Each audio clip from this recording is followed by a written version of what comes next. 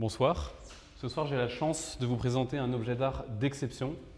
Il s'agit de ce bénitier en corail et en cuivre de Trapani qui a été réalisé en Sicile, à Trapani justement, pendant la première moitié du XVIIe siècle.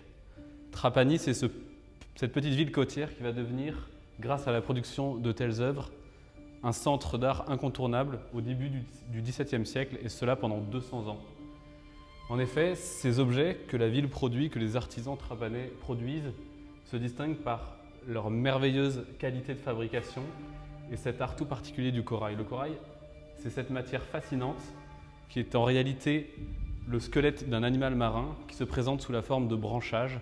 Et cette fascinante créature naturelle va beaucoup passionner les collectionneurs au XVIIe siècle.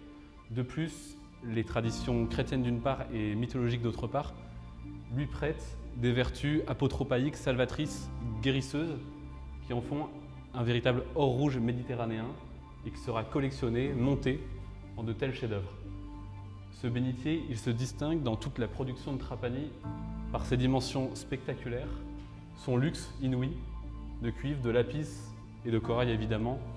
La qualité de sa sculpture est confondante, on peut notamment insister sur ses colonnes torses coiffées de chapiteaux corinthiens, ses poutis, ce dieu au centre évidemment, et surtout le jeu de bossage en diamants rustiques et de rinceaux qui viennent ponctuer et savamment constituer cette composition.